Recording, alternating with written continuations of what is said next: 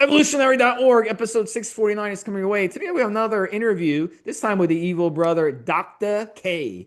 And you can come on the forum, Evolutionary Forums, top right, search under member. You will see, you can type in his name, and it's going to be Doctakay, Doctor K. So you can check out his posts. You can check out his in his signature. You can check out his logs. He's got two logs, and he's also got a dog log for Delta. And we're going to talk about the dog on this episode. We're going to talk about himself as well. So we have a lot to get into. So let's get right into it. So first off, Dr. K in the house. How you doing? Thanks for joining us.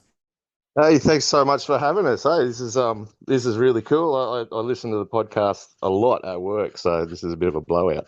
Thanks for having us. It's Mobster. our pleasure, fella. I mean, one of the things I've been saying, and again, this specifically applies to the Australian guests, like Dr. K. I'll have to make that sound right.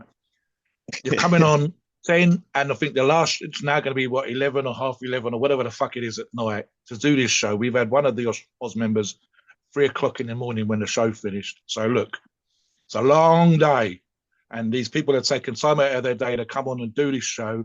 And hopefully, listeners listening to this will learn something, find something in common, hear some tips, realize that the journey is not always especially unique, and get something from it.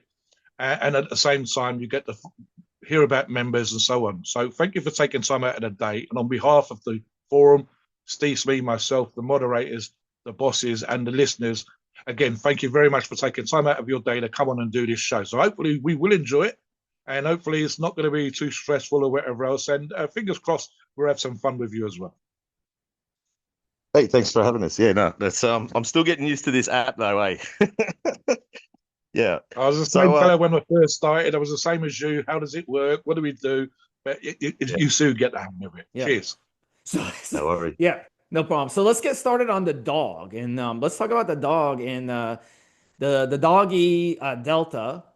And you went through, it says here, double cruciate ligament rehab. And this is something we have to deal with a lot of times. Years ago, I had a dog, and I used to take her running. I used to take her on the bicycle and stuff. And at some point, she tore her knee, so I had to take her to the vet. I had to drive like an hour away to the this fancy schmancy vet. It was like $5,500 to repair her knee. They had to have surgery. She had to do rehab and all this stuff. We didn't have at the time access to the peptides we have today. So touch upon your dog. What happened with the doggy, and what was the procedure? Tell us a little bit about the BPC and stuff that you got for her. Yeah, so like it was pretty crazy. We were just like so when it first happened, we were just walking along like normal, and Delta, as she does, she was just like stopping and smelling the roses, and then took a couple of steps my way, and a leg popped up like it looked like she got like a bindi or something like that caught in her foot. I checked her out, and it wasn't a bindi, nothing there, sort of thing. And she continued to hobble for a little bit, and I thought, nah, this ain't right. Took her to an emergency vet, had a look, and she'd done her ACL, the cruciate ligament there. It was like I think it was going to cost like $6,000 to do the really really expensive one. Our local vet here was like $1,500. So to do a bit of a basic sort of like two banded sort of repair, and we booked her in for that. Had that done, and while that was happening, while that was like healing up, she popped the other side, and then that happened like a couple of times backwards and forwards. So yeah, I was like, nah, we need to sort of get onto something a little bit better than that, and yeah, started hitting her with the BPC 157. So you had the surgery first, and then after the Yeah. surgery, the BPC. So how much were you giving her, and where were you injecting it? Were you injecting it near the injury or just anywhere? And how did she take to getting an injection from you? Well, to start off with, it was just in the scruff of her neck, and that was after I think it was after the second surgery sort of thing, and that was working well, and yeah, unfortunately, like it popped the third time sort of thing. So she was back in again. So I stopped with the BPC 157 after that, and had to wait for her to somewhat heal up so that we could start again. Just like it's one of them things where you don't want to hit it straight away after surgery. You got to give it like a 2 week sort of waiting period.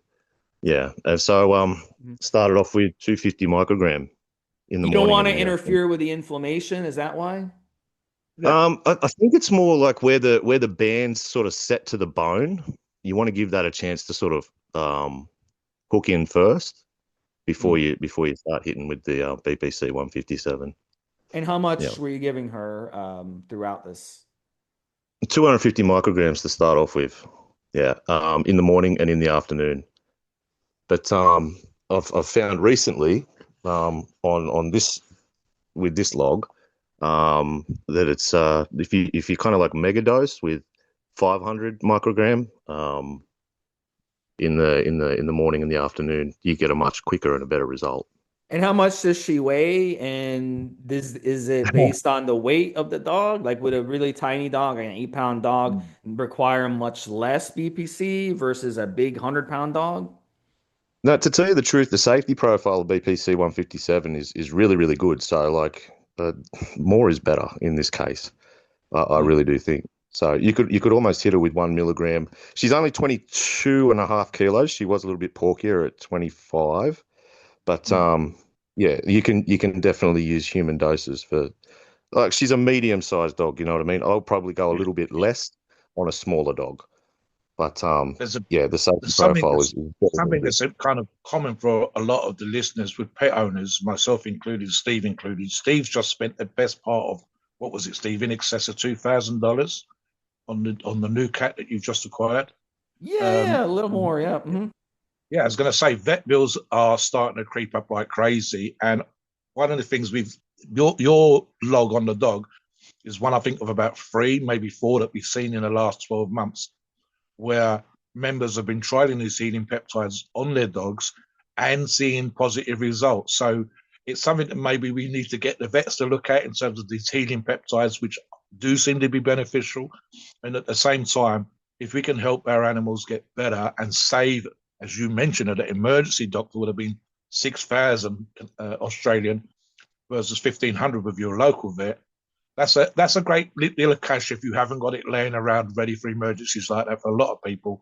And the idea that we can use a healing peptide to enable our animals to have a better life and recover quicker and get over injuries and operations is something we need to look at. But as you said, I think this is something that's important.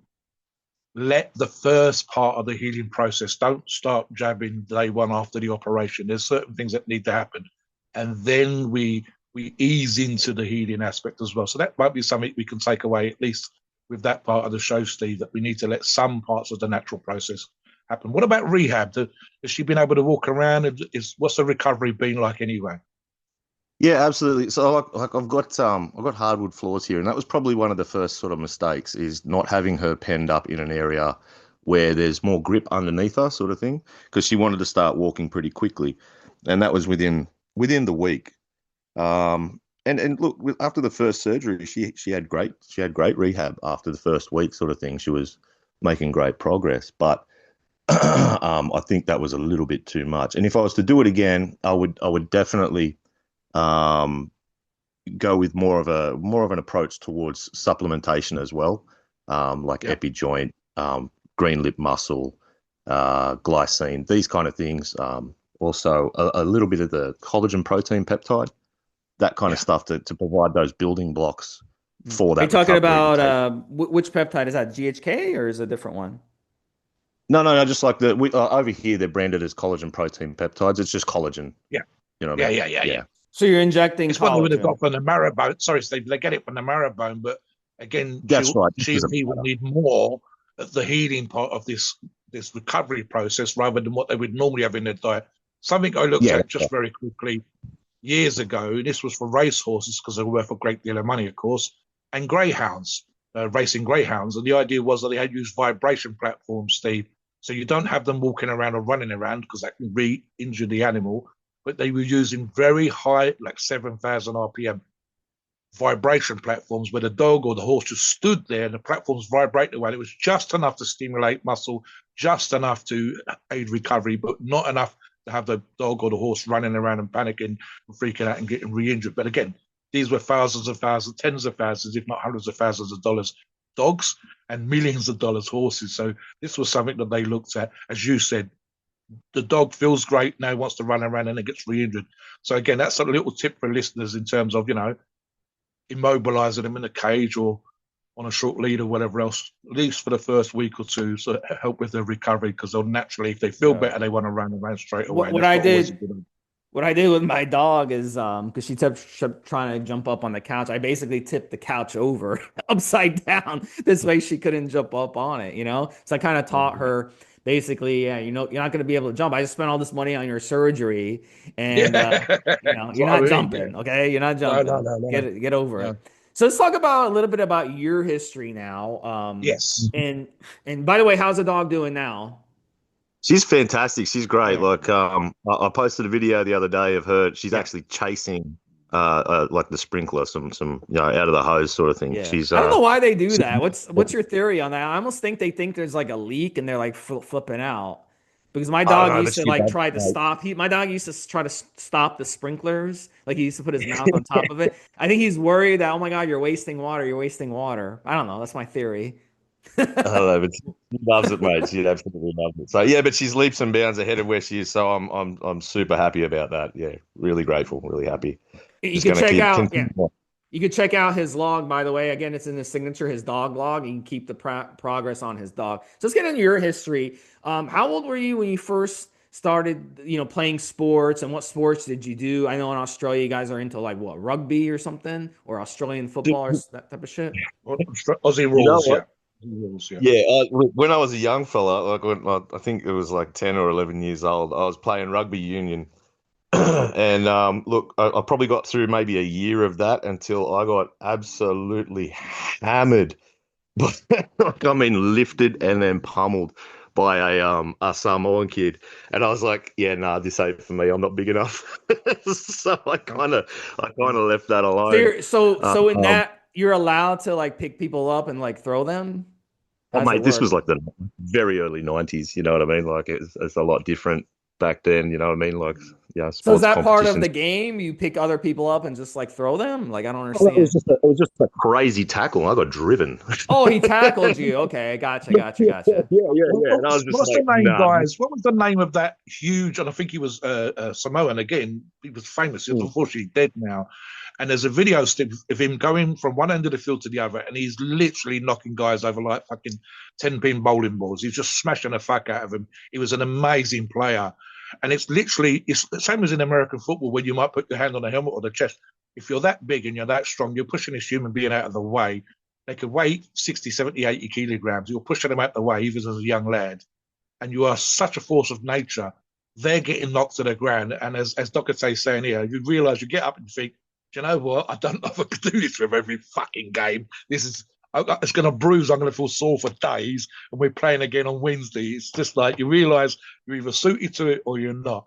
I played very briefly Canadian rules football. I loved it. Because we had a Canadian sports teacher. But I don't know at my age now that I'd get away with doing that shit, because it'd take me like 2 weeks to get off the ground and recover and all that kind of stuff. So yeah, you've gone obviously from that into the gym. Was it literally, I don't want to do that, and you found the gym, or did it take a while for you to discover the gym? Didn't want to do that. And there was just other sort of like little bits and pieces here and there, you know what I mean? Like you mess around with a bit of judo and what have you, as a young fella. And then there was nothing for quite some time. And it wasn't until in my 40s that I decided to start chasing up a bit of health and fitness, you know what I mean? Like time to get this rig back into shape, you know? Something I noticed, and we will touch upon this in a minute. I think there's an indication. I actually bring it here now, Steve, just for a second, right? So, and I think your story right now could actually be very common in terms of guys that were sporty when they were younger, and then we go off and we do other things in life, get married, we have kids, career, change of direction, socializing, whatever. So you wrote at the beginning of your log about, and I actually made a note of this, so just bear with me for a second. you literally post one, you was explaining where you've come from, what you're doing, what your aims of the cycle training, etc., were going to be. And I said he started his log with about 10 excuses. He was busy, you were spunking money, you were you're risk aversive, for example, doesn't want to bench press because he's 45. We'll touch upon that later on. Yeah. That was literally post one. And by the time I got to the bottom of page one, you changed from giving us 10 fucking excuses why you couldn't do shit, which is probably where you was the day before you made that post. And by the end of Yeah. page one, you were focused, you were driven, you'd made the fucking decision. Talk a little bit about flipping that switch and going, I've had enough of this shit. This is what I want to do now. Talk about that again, because people listening will need something like that to motivate them. So there's probably two parts to that there, Mobster. Like back in, I think it was 2023 or this the start of 2023, I looked at myself in the mirror and I was like, nah, this is ridiculous. I was 138 kilos, I think it was. So that's like, what's that? That's 300 pounds. And I was just like, no, this is enough. So I just started hitting the tracks out in the, we've got recreational reserves and whatever else out here in my section of the country. Similar to trail running, you're half country, but like on a rugged footpath. Yeah. Yeah. So started doing that, started putting in the kilometers and, messing around with Strava and whatever else, starting to mess around with my diet and stripped down in that year, like to 110 kilos. From there, it was like, all right, well, it's probably time to go even further, So through 2025, that's when I joined up to the gym. I think it was November 2024, and just went at it from there. Yeah. Started doing that. Just for the benefit of the listeners, you went from 138 kilos out of shape, and November 25, just when I made this note referencing your first post, you 88 kilograms. You dropped 40 something kilos, or 88 pounds for the benefit of American listeners. So carry on, fella. So and then seeing Evo there. So Evo's been pretty instrumental in a lot of the transformation, and I've got a lot of love and a lot of respect, and I've got to thank everyone at Evo for just being there. You know what I mean? From the bosses to the guys moderating, the vendors, and all the people online as well. Because this is where it started to like, okay, I'm going to jump on TRT, and now with with the logs, there's the accountability. That's where the switch come from. The true switch was like, oh shit, people are watching, Yes. And I can't hide now, It's we're doing it. I think with a lot of, and I'm talking about the average man in the street, the dad bod, the whatever you want to fucking call it. There's a sort of, we kind of, and I even said this on the last show, sometimes we kind of ignore this engine, this body that we're running around in, thinking it's invincible, especially when we're younger to later on. And you almost need a wake-up call. Being 138 kilos, you need to almost wake up one day and go, what the fuck's happened to me? I used to be able to do this. I used to be able to do that. And as I said, looking at the beginning of your log, it was honestly, you listed all the reasons why you wasn't doing stuff or why you couldn't do things before. So on and that, go on. I was going to ask on that subject before we move on. At your worst, tell us the day for you in terms of your energy. What was your diet like? Were you eating a lot of junky fast food? Were you being like a couch potato, sitting and watching TV all day, eating crap? Tell us about your worst. At your worst, what was a day like? Just a flat out sedentary lifestyle, no energy at all. Like smashing, like going up to the local fast food, and you're probably having 3,000-4,000 calories for the, you know what I mean, for dinner. What was it? Like, cheeseburgers, French fries? What was it? Chips, and wingdings, things like that. And and not having any drive, zero drive. You know what I mean?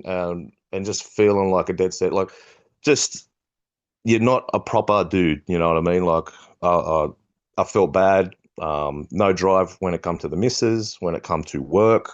Like you're flat out standing up. You know what I mean? Walking upstairs, tying your shoelaces, mate. You shouldn't be out of breath. Your belly shouldn't be pushing on your legs that hard that you're out of breath. Tying your shoelaces, sitting down. So that's where that was kind of at. And then realizing that there are a lot of other dudes around. I'm seeing them too, going, mate, we're heading towards retirement, and I don't want to be immobile in retirement. I want to be active, and I want to be flexible, mobile, strong. I want longevity. Yeah, this Was and the way there I was not going to was happen. there alcohol? Because I've seen some of the Australians have said there's a big alcohol culture over there. Was there a lot of Possibly. alcohol on those days, or was it just the food that you were consuming, liquid calories, sodas, stuff like that?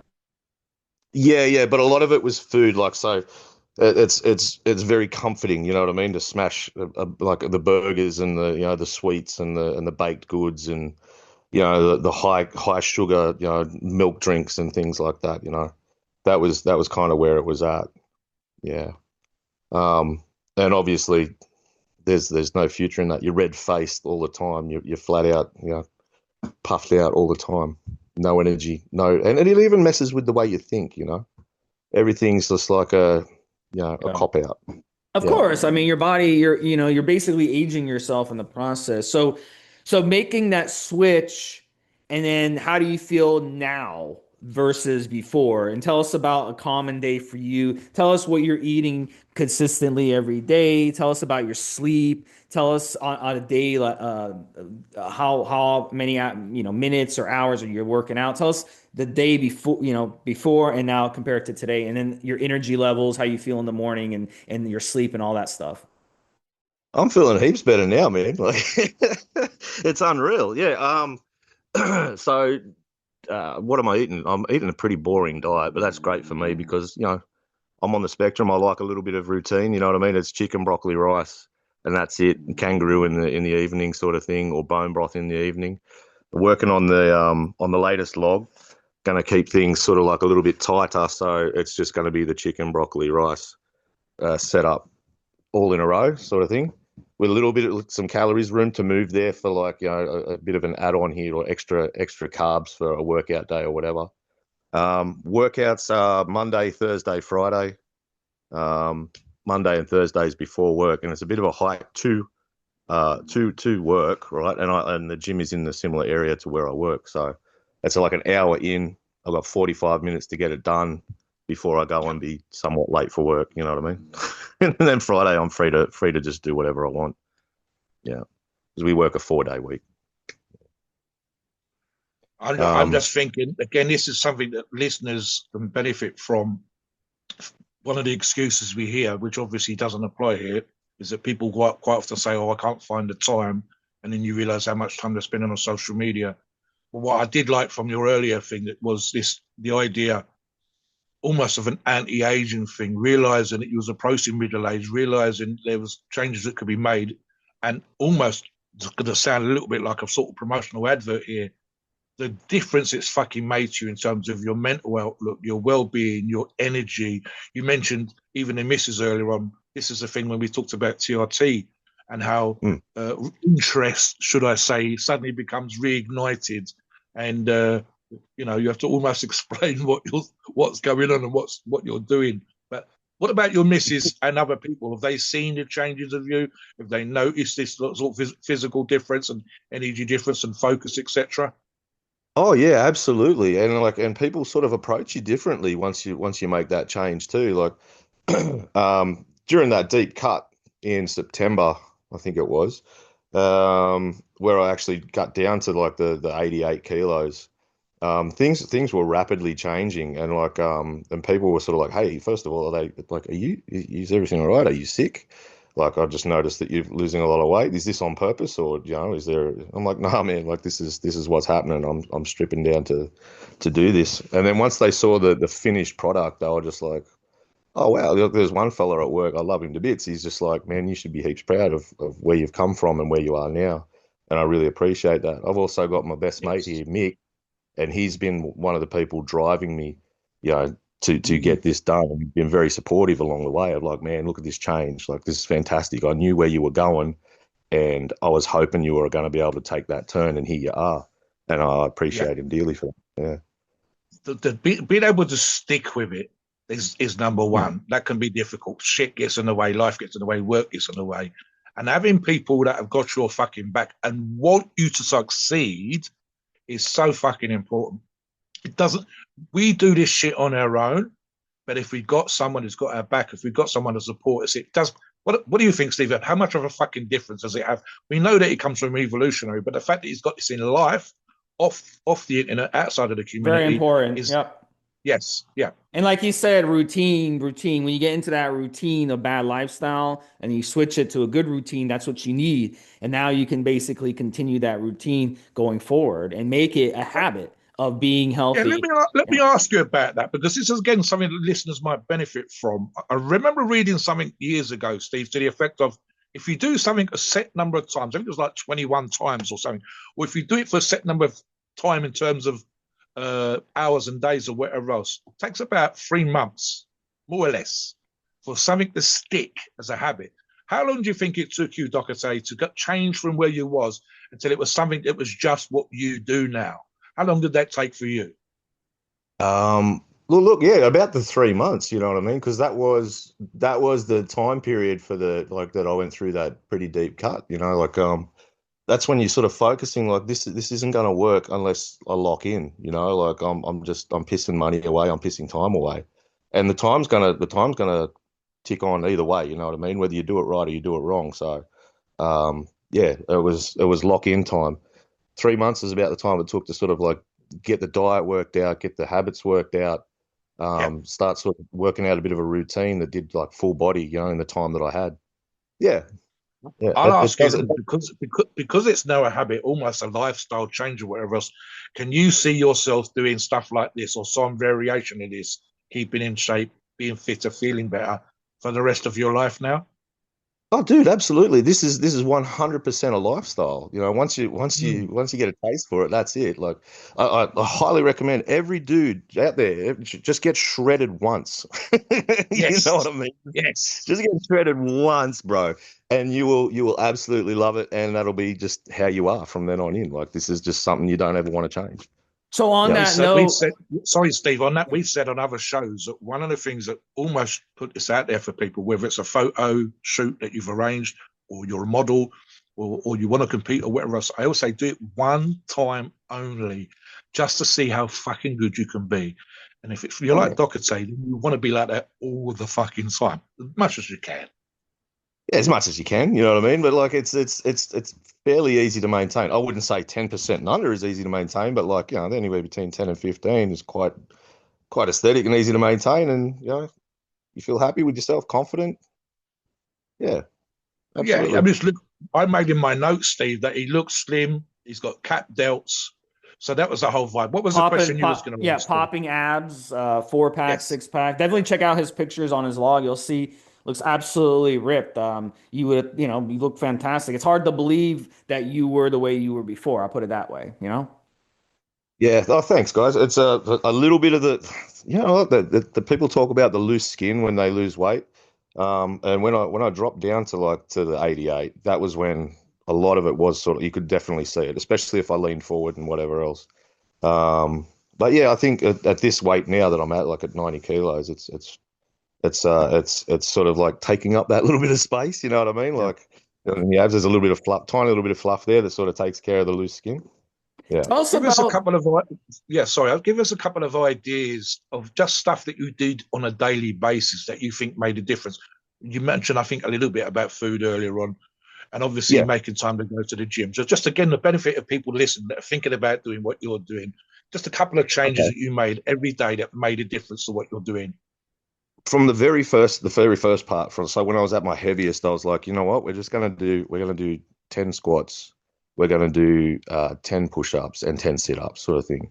I couldn't even do a full push-up, dude. I had to start doing them on the counters and whatever else. So it was just like, all right, that's all I need to do, just that in a day, just do them. And then on the weekends, on a Saturday, on you know what I mean, on a Friday, get my walks in the recreational reserves. Try and get as much in as possible, and take the dogs out. You know what I mean? Like go get some fresh air. I called it going to church. Yeah. So that was the first thing. Just like go do something and Yes. try to get those first lot of physical exercises in. As much as like I couldn't do a push up, squats were you know difficult, but like you know and yeah, just get those happening first, and there just start looking at your diet. I got my Fitness Pal on and just Yep. ran from there. Yep. I wanted to ask you, and I'll let Mobster, I know he has a lot of questions. Talk about routine food prepping. I think that's a big mistake that people make out there is they're not food prepping. So touch upon your food prepping. How often are you doing it per week? And what are some of your strategies to do the food prepping? Because you talked about before you were doing the fast food. A lot of people complain, I don't have time to make my own food. And I tell them you have to food prep. Myself, I dedicate 2 times a week to food prep. I have containers. I put them in the containers. I store them in the fridge. Whenever I'm ready, I literally take them out of the fridge and eat them or reheat them, and boom, I have food. It takes literally a minute to reheat the food. So tell us about the food prepping, how that's changed your life, and compared to just before being lazy and going to get the fast food. Well, you know exactly what you're going to eat. You know what I mean? You know exactly what your calories are, and you know what you're taking in for the day for a start. But I only spend like an hour or so doing the food prep. You know what I mean? And that's the entire week. So it's half an hour on a Sunday afternoon, getting Monday and Tuesday's food ready, and then on Tuesday evening, I'm getting Wednesday, Thursday's food ready. And most of it's already prepared already. I just got to because I've chopped it all up. It's ready to go. You know what I mean? I've got rice in containers ready to go. Yep. The chicken's already been chopped and seasoned, and it's just sitting there. It either needs to be thawed out or it's just straight back, straight into the fry pan. And the broccoli, well, that's just sitting in the crisper, mate, ready to rock and roll. The yogurts, they're just store bought Aldi ones. They're 20 gram protein in them, sort of thing. And Mm-hmm. yeah, everyone's everyone's got time to cook a little bit of dinner in the evening. You know what I mean? If not, then you've already food prepped that too. You know what I mean? On the Sundays and on the Wednesdays. It's only 2 days and only like 45 to half an hour. Like, you know, 2 days at half an hour. That's it. You're already done. Get all your containers the same size, the same product. That way, Yep. everything's easy to weigh, everything's easy to tear, and everything's easy to store. You know, you know exactly what's going to fit where. If you absolutely had the munchies, you know you can just go to pick up one of these containers and you know the macros already, so Yep. it's healthy and you know it's healthy before you even put it in your mouth. If you did have a treat, we talking about a piece of fruit here or one of those yogurts? What are we looking at? Blueberries, yogurts. There's the if you must have chocolate, if you really must have chocolate, then it's only once or twice a week, and it's the super dark, the super concentrated cocoa, like 70% and up. So at Yeah, least you're yeah. getting kind of magnesium and other minerals in it for your trouble. Yeah, that's the treats. Blueberries, bananas. Just keep it fruit. Yeah, Moving on a little that's bit from the Yeah. training Yeah. and the Do you want to get into nutrition. this PED use? Yeah, yeah. Let's talk a little bit about whether that's helped. How long was you training before you started using? What was your initial experience and so on? so much like your podcast there, where you talked about TRT and depression and whatever else, and the gym being a way out of depression. Yeah, like Mm, still being somewhat heavy, it was still like I knew something was off. You know what I mean? I knew something was off. I went and had blood tests done, and my test was pretty much in the gutter. So I was like, right, well, let's fix this up. I always knew that there was something to do with that. So yeah, I started TRT in 2024. Um, Basically, got someone to hook me up. Tried yep. that out for a bit. Ran with Sus 250 for a little bit. So this And is at a the quick end of that, question. Sorry, just on the TRT thing, did you yeah, start to notice a difference just at TRT dosages to what was going on? immediately, like immediately, like within I didn't know it back then, but it must have been the test prop. Like within the week or two, I was just like, yeah, this There you is go. this is Yeah, yeah. fantastic. And it's sort of like you So go through another version of puberty again. You know what I mean? Like everything's grouse, energy. we had someone on the other day and they said they noticed a difference in 5 fucking days, beginning of the week to the end of the week. They couldn't believe it. Yeah, Yeah, just your attitude and outlook, everything changes. You know what I mean? yeah. Yeah. So and then came off that. Waited for quite some time. Hit it with the Enclo. Probably hit that a little bit too hard. And then like I had my test done a little bit while like later on, and it was Mm. still not optimal. So spoke to the doctor about it. They offered Reandron and whatnot. Had a bit of a go at that. That was trash. And then sort of found my way to Evo, where yeah, I was able to find vendors there to help me out. So just to So be Even clear, how long have you even in been? Australia, Wait, Steve, the cost can be prohibitive even in Australia, and yeah. it's not that easy to get CRT. But being able to do oh no, those things for yourself, and especially the blood Yeah. test, knowing So your just numbers, knowing where you are, yeah. so just to be clear, you didn't use PEDs prior to that, correct? no, that's right. Yeah, that at the most I was using a veterinary the company's called Seva Pharmaceuticals. So I was injecting L-carnitine Mm. from to get from 138 downwards sort of thing. Yeah. Yeah. So, Yeah. yeah. So talk about yeah. I Yeah. mean, Talk obviously about your you've gone for favorite TRT. PEDs and Yes. ones that Okay, you yeah, are sorry. want to use Yeah. right Yeah, Yeah. now. so Sure. A standout so stack. Yeah. yeah, so Test D is a great base sort of thing. I've had a crack at MPP before, and that was all right. That really blows your shoulders out and whatever else, but it's not great for you. Not great for the mental. Um, had a little look at Rad 140 there for a little bit, but that was way too hard on the liver for the diet and everything that I was on at that time. I didn't know anything about nutrition, and I was still heavy. Had a crack at Tren, and that's just the devil that everyone says it is. You know what I mean? My favorite would be a combination of, say, Test E and the Masteron. Yeah, absolutely. Masteron was fantastic. I miss that dearly. I wish I could get a hold of it, mate. Like it was everything for drive, ambition, Mm. well-being, strength, unfuckwithable on Masteron. I Absolutely. think It's also looking at your physique and looking at your results and what I would guess would be your genetics, etc., based again on what you look like now.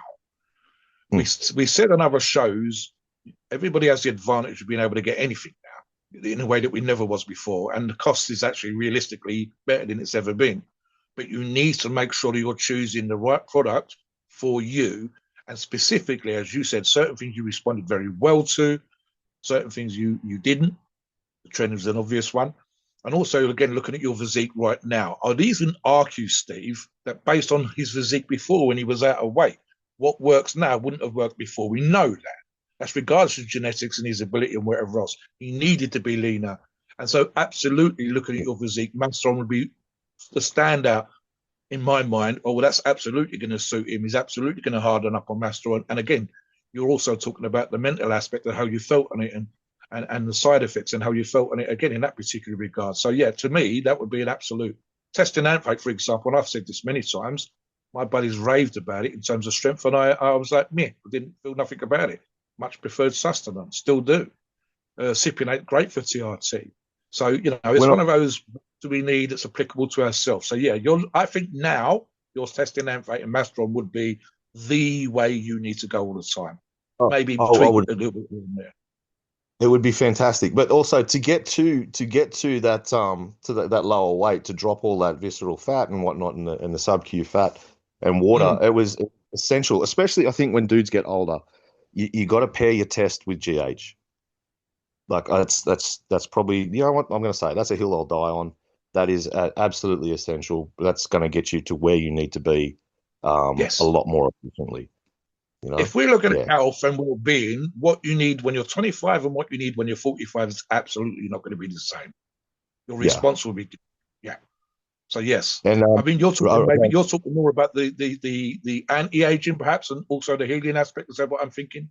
the anti-aging, the healing, the fact that they seem to be like a synergistic or a multiplier of one another. You know what I mean? They bring out the best in each other, like the test and the GH. I also found running it with at the time I was running tirzepatide, which seemed to work really, really well at managing the blood glucose levels. You know what I mean? The insulin levels, Yeah. the insulin response. Sorry, and How did yeah. that work for you? Because we're seeing GLPs very common now. I would probably guess, Steve, half our current regular logs, someone's using a GLP in a particular minute. So how did you get on with that, Doctakay? Yeah, look, I was a little bit taken aback by it at first, like especially when you're just not hungry, you know what I mean, and then you've got to work out what you're going to eat, how you're going to eat it. But Yeah. what I did notice was that my blood sugar levels, if they did spike, they were back down within range within like no amount of time.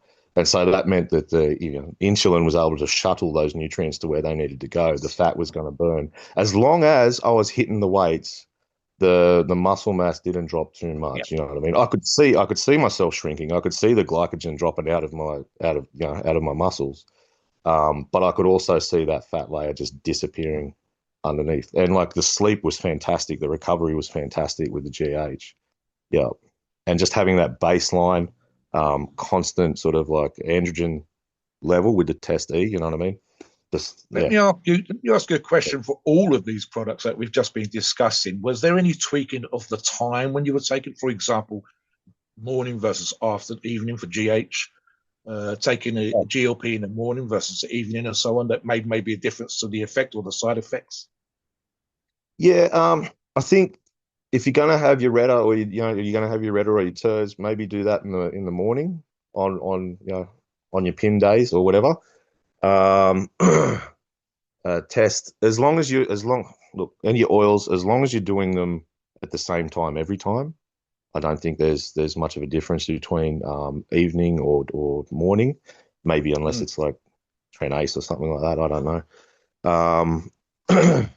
And the GH definitely at night. So one thing for sure was that I had to make sure that my blood sugar was within a particular range and I was Yep. fasted for a particular amount of time before I pinned the GH.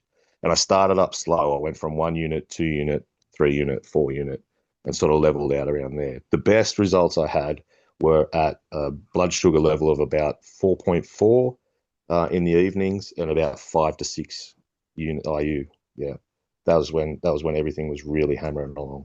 Yeah, it's when I We felt my know, for best. example, Yeah. with I was gonna ask real MK677. quick, Yeah, I Monster. was going Let to you say, ask. go on, Let me go on. ask real quick. The sleep. Do you notice the sleep is better when you take it near the bedtime versus in the morning? Oh yeah, absolutely.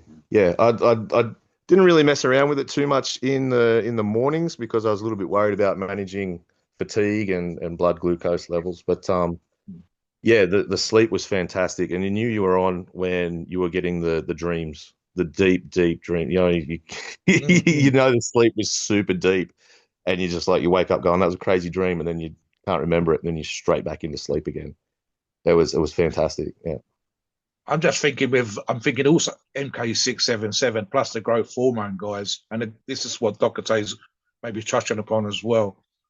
The, with the MK677, some people struggled with. I only did initially with the appetite going absolutely crazy. Equally, it's because it's a booster of natural levels of growth hormone. As you said, it's enhancing the sleep. So you take it in the morning for this reason, if you struggle with eating, and you take it in the evening for more restful sleep. You're still getting some of the other benefits. So the testosterone, as you've just mentioned, shouldn't make a fucking difference when you're taking it. But certain products, for example, the side effects with the GLPs can be mitigated a little by the time of day, what you're doing. And in Docatay's case, knowing what your blood sugar levels are and making sure that they're in the range that you want them to be. So again, these little snippets of knowledge, these little clues as to what's going on in our body will help us. And it might be slightly different from one person to the next, but overall, most of these things should apply to most of us. So if you're listening, pay attention to that little aspect of the show. Oh yeah, What absolutely. about what about training in the gym and stuff like that? How's that going for you? And difference between where you started and where you are now as well. Um, now I have more of an idea of what I want to do. You know what I mean? Like where, more of a structure. I don't have an exact program because you can never be guaranteed you're going to get the spot that you want, sort of thing. But I know the areas that I want to focus on. When I walk through the door, the warm up. I've got upper and lower that I'm going to work on. I want to do, a bit of a push, bit of a pull, vertical, horizontal, upper, lower in that ways, and then get the small little, the isolation movements done in between. Yeah. Whereas before I was just walking in going, I'll just use that machine and I'll just use that machine and I'll just do this over here and whatever. I Yeah. was I just see piggle, piggle. most people in the gym doing exactly that. So Yeah. there is a method to the madness. You don't just walk in there and just, walk around and just pick, do this weight or that weight. And it's amazing though. People have been doing the same thing for years. They've never figured it out. And it's just like a shame because it's kind of like you're not optimally getting your training. So talk about that a little bit, optimal training, smart training, and really Yes. the method to the First, madness just that you grabbing figured whatever the out. fuck's available. Yeah, actually having a plan as you go in. Yeah. To be honest, guys, I'm a major hack. You know what I mean? I don't I'm by no means educated or have a great deal of understanding of this at all. But I do know that there are certain movements that the body's going to need, and I want to stimulate growth. And so I've got a pattern that I walk through the gym, and that pattern sort of like has been designated by how I want to do things. I want to work Yes. a little bit of the back. I want to extend the legs. I want to fucking bring the hammies in. You know what I mean? I want to do a push with the legs, and I want to do a bit of a squat.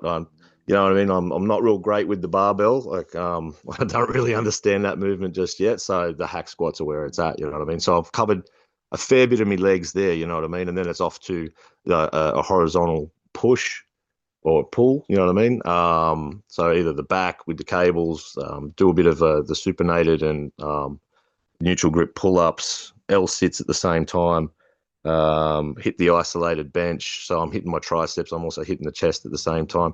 Do you know what I mean? On the way through there, you've got the straight barbells there to have a crack at, and then I'll grab them on the way back through as well. You know what I mean, and finish off. Yeah. So yeah, it's just sort of like trying to. I've got a very limited amount of time, and I want to cover a fair amount of my body. You know what I mean? Rather than try and split it up as upper, lower, or push pull legs and what have you. Like if I miss a day, then I can move that day, and I haven't. The program doesn't change. Yeah. All right, that sounds like a good plan. And then with the split routine, how often would you say you were training when before, maybe a year ago or 6 months from now, versus how often are you training today? It was once or twice a week, and now it's definitely three times a week. But that's to do with the amount of time I've got and managing fatigue with work. To Okay. to to get to the gym on a work day, I've got to be up at like around 3 o'clock. So without So getting too the specific at your job, is it like a blue collar job where you're doing like some type yeah, of yeah. construction, or is it more like white They're working, collar? they're working in manufacturing. Yeah, yeah. Okay, So on a so you're production burning a line. lot of calories, you would say, at work and all that? Yeah, and on the feet all day long. We start pretty early too. So Okay. So that 10 hour actually day. that works in your favor a little bit. That helps you stay lean, would you say? Versus sitting on Yeah, your ass all day, definitely. right? Yeah, it's pretty harsh on the feet and the lower back, being a fairly tall Okay. fella. But yeah. Then you got your hour drive home sort of thing. So you've been to the gym, you've got your 10 hour day, you've got your hour drive home as well, and you've got a few things to fix up before you hit the hay. And I want to be in bed by like 8:30. You know what I mean? So Okay. anything past that is just going to fuck me out for the next day. That's smart. How does So that work rather, with rather your than be up spa? early. How does that work with other people in your household when it comes to going to sleep that early, 8:30? Because it's sometimes we see other people in the household, they're up later, they're more keeping you awake and stuff like that. Is that an issue, or do you have like your own separate spot? I've got my own separate spot. Yeah, That's yeah, smart. Okay. yeah. The missus and I, we don't live together. I live like an hour away from her. Yeah. Oh, okay. Okay, And when, cool. when I do stay with her, like I've got my own room anyway with Delta sort of thing. It's the best. I snore and carry on. I got a CPAP machine, and she's a bit of a light sleeper, so this Okay. works. Well, I'm This glad you works brought that phenomenal. up. So touch a little bit about the CPAP machine. When did you start using that? Did you do like a sleep test to figure out you needed it? What was the Um, cost? How has it helped this you, etc.? the sleep test was the missus going, do you realize you choke out like so many times, within like a 10-minute period sort of thing. It's actually scary. You know what I mean? I'm like, all right, fair enough then. Like, and yeah, the fatigue from that is ridiculous too. You know what I mean? So that was when I was at my biggest as well. So yeah, I did a sleep analysis, but we already knew we didn't really need that. You know what I mean? Like get a CPAP and sort it out. You know what I mean? So yeah, it said get a CPAP. I was doing something like there was like 50 incidences of choking out in an hour or more. You know what I mean? Like it was a ridiculous amount, and like you don't get sleep when you're doing that, and the stress on your adrenals and your heart. Um, well, that's just ridiculous as well. No wonder people are super fatigued when they're sleeping and they're getting 8 hours, but it's just not a right 8 hours at all. Yeah, Mm. so that was a game changer doing that. Everything Well, can you everything tell us started to be about better. the cost of the CPAP and how did you find out about it and what exactly does it what is it how does it work? We had someone else talk about it. How does yours work? You like put it Yes. in your nose or how does it work exactly? Yeah, so I got a little nose pillow one, because I don't think I'll be able to handle a full face mask or anything like that. It's got a super long sort of hose to it that I can just drop over the side of the bed, like the bed head sort of thing. Mm. I got what was it? I think it's a Fisher and Paykel, and it's like an automatic, like it sets its own pressures sort of thing, and I can set it to ramp up from a fairly gentle rate to a rate where it's getting like I set the force feedback on it sort of thing, so that it's not blasting me nose out at night sort of thing, and it just regulates itself, and it's super quiet. Yeah, so that was about 1,300 I paid for it when I got it. Yeah, About good investment. I'm just thinking Australian to American or American to UK. Probably somewhere between £400 UK and about 650, $700 US. I'm going to say, Yeah, Steve, more or less. So not and you can get expensive, really. Not for the changes making to your body. no, and you can get cheapies, but they might blast away at a certain pressure and stay constant or whatever else. But look, something's better than nothing, especially if The, you're putting that the kind of one strain on you've got yourself. sounds a little bit like the machine that other fella had, in which it's actually tracking the air pressure back from you, so it doesn't. Yes. It's not a constant stream of air being blasted down. It's literally Mm. detecting how you're responding and just giving you just enough pressure to open the passages up and allow the air to get in. Yeah, that's right. Yeah, it's like got a little bit of smart fuzzy logic to it. It's even got Bluetooth and a Mm. fucking USB that records everything too, like the through the night. Yeah. So when it records everything, give us an example of some of the data that you've gotten that's helped you. Like it'll give you the time that you were actually dead to the world sort of thing, and then like your interruptions sort of thing. Yeah. And I think the pressure that it was sitting at. Yeah. I never really cared too much for it, just as long as it was working, mate. Yeah. Yeah. I think, Steve, people misunderstand this, and there's a picture that's been going around for the last couple of weeks of a 21-year-old bodybuilder, vascular as fuck, size of a house, and he's wearing this mask, and everybody's going, "Is this geezer trying to fucking kill himself?"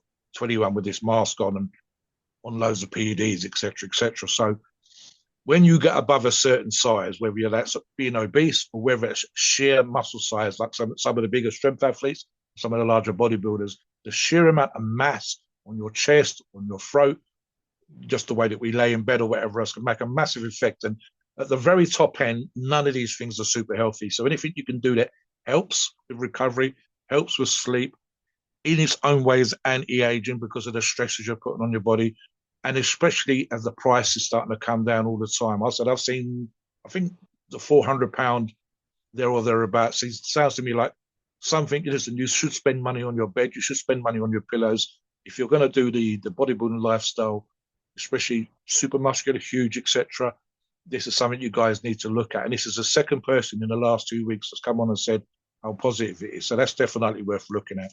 I want to ask you a little bit, if it hasn't been asked while I was off air for a second.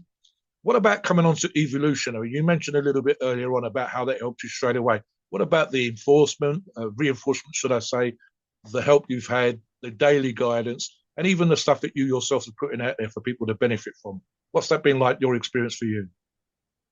Amazing. Like the community is fantastic. So much like a lot of other blokes, I found I can't remember the name of the forum now, but like these dudes were assholes, eh? Like they were ripping each other to pieces and whatever else. They had a vendors section there, and that's sort of like I'd touched on it end of there, started me TRT with that person, but these people were just I'm like, nah, this is not for me, eh? Like these people are not for me. And then through a little bit of more searching, I found EVO. I'm like, these blokes are super chill. This is this is where I'm gonna scout about for now. And yeah, ended up finding the the one or two vendors that I stuck with through Evo, and then just like looking through some of just some of the posts and that, I'm like, everyone here's super chill. There's no narkiness. There's no, you know, negativity. Everything's positive and uplifting. And I'm like, fuck, this is the place. This is the one. So yeah, and you know, being encouraged to make a few posts or just like even having like, I don't really feel that I had too much to contribute to start off with. You know what I mean? Like we touched on a little bit of a talk about Super Droll there at one stage, and then like I sort Yeah. of found a bit of momentum, and I talked about Delta, and you know I posted about a little bit about the No, you have a transformation. lot. You have a lot to contribute. Who have Yes. been who are Yeah. some of your favorite guys on there who have been, giving you advice over, since you started your log, and who've been very helpful and very positive that you want to basically. Anybody that stood out for you that you sort of specifically remember in a particular regard?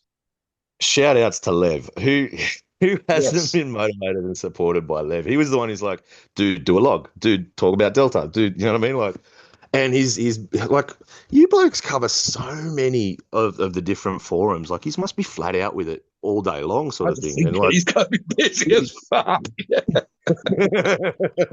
and I'm like Lev's there Time's finding time. time for everyone, and you blokes are there finding time for everyone. You know what I mean? Like, Mm. that's just fantastic. But yeah, Lev and all up from here. He's Yes. he's Yep. he's Yep. a he's a super good dude. He's yeah. Shout out to all up from Yeah. here. Yeah, he's a really, And really good dude. Trust me. Very, very. he's great. He's a wealth of knowledge too, much like Lev. And the fellow Waggett, he's been super cool too. Yep. Reuters CEO, yeah, Yep. all them fellas too thick. They've been What phenomenal. They've been great. They've been really what supportive. you don't necessarily realize for yourself, because you said you wasn't sure if you had anything to contribute, right? And I'll say, look, even if you were just a normal Joe, never mind 138 kilos or whatever else, someone will come in. Not everybody posts, not everybody posts comments or whatever else. Some people just come in. For every person that's replying on your thread, 10 people just read it. And there'll be someone out there that's at the beginning of your journey right now. They're about to make that transformation. So when we post, I was 138 kilos. When we post, I've made the decision to go to the gym. Someone out there is going to go, that's me. That's what I need to fucking do. And they can come in and what really helps is that they can look at the beginning of your log and see the excuses, like I said at the beginning, that you was giving yourself before you started. And they can look at where you are now and go, fuck me, look at the fucking transformation. He's dropped 40 kilograms. They don't have to make mistakes that you might have made. They can find things that you've done that's correct and proper and that have worked for you and go, do you know what? I don't need to fuck up. I can do that. I can do what he's doing. I can meal prep the way that he's done. I can just cook that meal that he cooked just now for myself to see if I like it.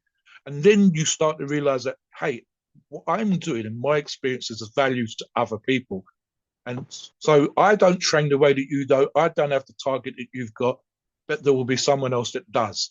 So you will be benefiting other people by posting. And one of the things that people say all the time, and you can echo this now if you wish, is by putting your information out there, you are held accountable. I think you said something like that at the beginning. You can Yeah. have a lazy day, but you don't want to have a lazy day. So talk a little bit about that as well. Yeah, well, especially over Christmas, the Christmas period there was just like, oh, this is a major blowout. You know what I mean? And I can't remember if it was Reuters or Too Thick. It was when I said, yeah, things got a little bit out of control, and he's like, yeah, that happens in the holidays, but that's the only excuse, sort of thing. That's the only time. You know what I mean? Sort of give me that vibe. I'm Someone like, posted the yeah, other day about the week of their birthday. And I goes, it's only one fucking day, you prick. Why are you talking about having shit week? It was one, yeah, 2 days. I give you 2 days. What do you mean about the other 5 days? Are you having yeah. fucking cake every day? You know, that kind of vibe. So, yeah. Oh, and you, mobster, pulling me up on a few things there. I'm like, yeah, no, he's right. He's dead right. Fucking pull your head in. Like Mm. the mix of the VAR and the droll, and then there was like the other day when you pulled me up on my knees to tits sort of thing, and I was like, yeah, he's dead right. I'm rounding the shit out of my back. I would have fucking crumbled under that Oh, bar just if this because was a I squat. know I've done stupid.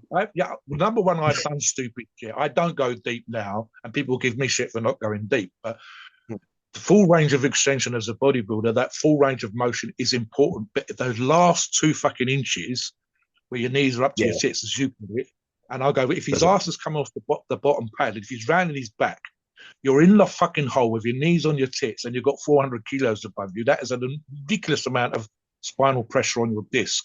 And even if Yeah. you're in control of whatever else, you have to go, no. Just cut it 2 inches, just 2 inches, arse down, 2 inches less, still get great range of motion, still get contraction, still end up with amazing legs, but no fucking injuries because we've all been there. And anybody who's been doing this thing for a while, we don't want you to get hurt. We don't want you to go after tits and fuck up. So that's what that was about. That's just, and again, Yeah, no, absolutely. people And I reading, love it. people I reading. love Yeah. the fact that you took the time to even like stop past and go, oi. Yeah. You were so busy, you know what I mean? I'm like, Absolutely, yeah. Yeah, this is Absolutely. mad.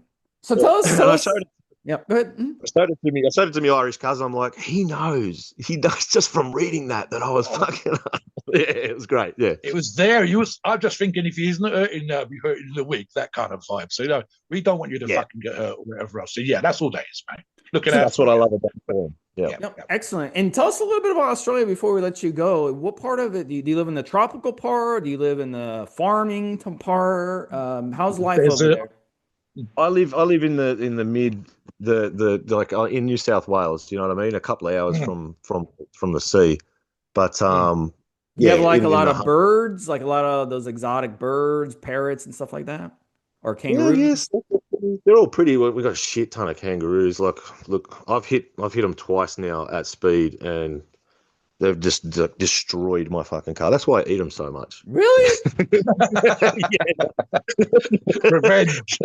We've actually said kangaroo is very healthy to eat. It's kind of lean and high protein and stuff. But, is when you hit them and they don't have the decency to die on the side of the road, they just hop off like they've just destroyed your car and they just bounce away. Like, really? It's a big lot of roadkill to try and get in the trunk as well. So what happens? What happens if you're driving and you hit one? What do you do? Call the police or what? How does that work? I mean, that's just on you and your insurance company. Hey, that's between you and God. You work it out. Like, you call the insurance company, be like, "Hey, I got hit. I got hit. I hit a kangaroo." That's pretty much what happened. Like, and I've just bought this car, sort of thing. I've owned it for a couple of months. It's brand new from the dealership. You know, I'm about to head over to the Philippines with my wife and the cousins and that. And it's a week out, sort of thing. I'm meant to drive to the airport, and I smashed the absolute bejesus out of the front end. So you're driving down the street, and what? They just jump in the street in front of you? How does or you don't see them or what? It's like country roads, bro. Like, and I'm driving, you know, in dusk and dawn, sort of thing. Like, there's not a great deal of light. You know what I mean? And these things are grey. They blend into the surrounds. You know what I mean? On the side of the road, country winding roads. Yeah, and it just sort of like. You think they'd learn like not to stand in the road, right? No, I guess they're not that smart, huh? No, they're just they seem to want to jump. Stevesmi couldn't get his head around one of the Australians we had on earlier this week was mentioned camels, and Steve said like, "What, you got camels in Australia?" I was like, "No, they were brought over." And that's even worse because they're just as stupid as the kangaroos, but they're about 4 times as fucking big and heavy. Are they stupid? Are camels stupid or are they smart? You think so? They look They're kind of not dumb. going to get out of the way of the fucking car. That's how stupid they are, but they're relatively intelligent. But again, you're coming at 100k and you hit one, it's going to fuck you up, never mind the car. So yeah, getting out of the fucking way when you're tooting your horn and that kind of shit. Go on. Yeah. Heaps of koalas, possums. Yeah, there's an echidna that sort of lives out the front here somewhere. I had a snake in my bathroom the other week. Fuck that, yeah, see? Well, it wasn't poisonous, was it? Playing a trick on me. It was like this beautiful green tree snake sort of thing. And I'm like, oh, look at this. You know, you put a Is he poisonous? They're mildly sort of thing. The fangs are at the back of the mouth. They're not at the front sort of thing. So they're very unlikely to hurt you. But yeah, he came up through the toilet or what? Or he just I don't know. Maybe I don't know where it come from, sort of thing. But it was wrapped around the vanity and whatever else. It was pretty big, like maybe a meter or so, maybe a meter and a bit. And it was it's just sort of poised there. And I'm like, great joke. And I walk in and it's like this thing sort of lashed at me. I'm like, fucking what? What's this? So I ended up. It's telling you, it's like, dude, I'm just trying to use your bathroom. Have some respect. Get out of here. I mean, do you mind? I was having a shower. Super pretty. So I was about to go. Yeah, I was about to jump into the shower. So super pretty snake. I just ended up having to bundle it up in a box, and I took it down to the reserve and let it go there. Oh, okay. How'd you get it in the box? You like got like a rake or something, and like got it. No, I just wore some gloves and just sort of ushered it into the box. Okay. Yeah, in you go. It was with I think I had a spatula. Yeah, just sort of ushered him Yeah. in. Didn't Just love another it. day in Australia, huh? Pretty much, Oh, eh? okay. Yeah. Any final thoughts or tips for the listener? It doesn't have to be specific to your journey, but just something you think a listener might benefit from learning that you've learned along the way on your journey. Um, Let me see. Let me give you. I'll prompt you. What about going to the supermarket and being able to read labels, things like that? Stuff, very simple, straightforward things that someone can do. You mentioned meal prepping earlier on. Give us a simple Yeah. meal that might be tasty for someone who's thinking of something they fancy eating. What was the silly little thing that you could prep in half an hour or 45 minutes, like you said earlier on, that someone might enjoy? Oh, you can easily well for me it's just the same thing over and over again though, mobster. It's just the chicken and rice and the broccoli. But like you can whip up chicken in like it's less than 10 minutes, you know what I mean? And it's So always gonna be would you bulk buy? Do you see? You mentioned seasoning. So, for example, yeah. the food prices everywhere, especially in the first world, feel like they're creeping up. Do you bulk buy? I mean, one of the things we do in the UK, you can get meat delivered in the mail now, like a hamper, and that for like a month or whatever else. So how do you sort of There is a economize? processing plant nearby, but I get mine from Aldi. I think you guys have got Aldi or Little there, don't you, Yeah, mobster? yeah, But yeah, yeah. I get like the 1.6 kilos at a time sort of thing, and then just chop that up. But if I had anything to say to anybody, it's that the time is going to pass anyway. Mm. So whether you do it or don't, the time is going to pass. You know, so you might as well do something with it.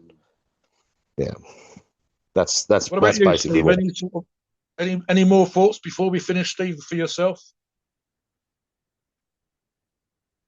No, I thought it was a great show, and you seem a very happy person. Is that just the is it the culture there, or is it just you personally, or seem like a happy person in general? I Feeling like it. healthier, feeling fitter, looking good. A little bit, yeah. Like I'm feeling fitter, but I got a blessed life, bro. I'm like it's vitamin G. I've got gratitude for everything that I have around me. You know what I mean? Regardless of how big or little it is. You know what I mean?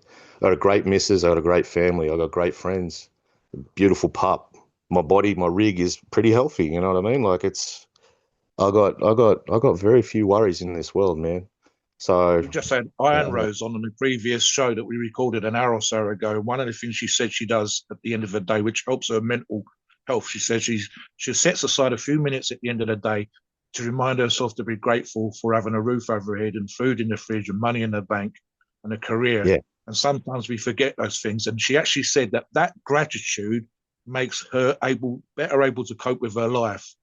And we were talking about cortisone and hormones in her body, which are catabolic, and being able to control that by being happier made for her having a better response to what she does in the gym, work, studies, and so on and so forth.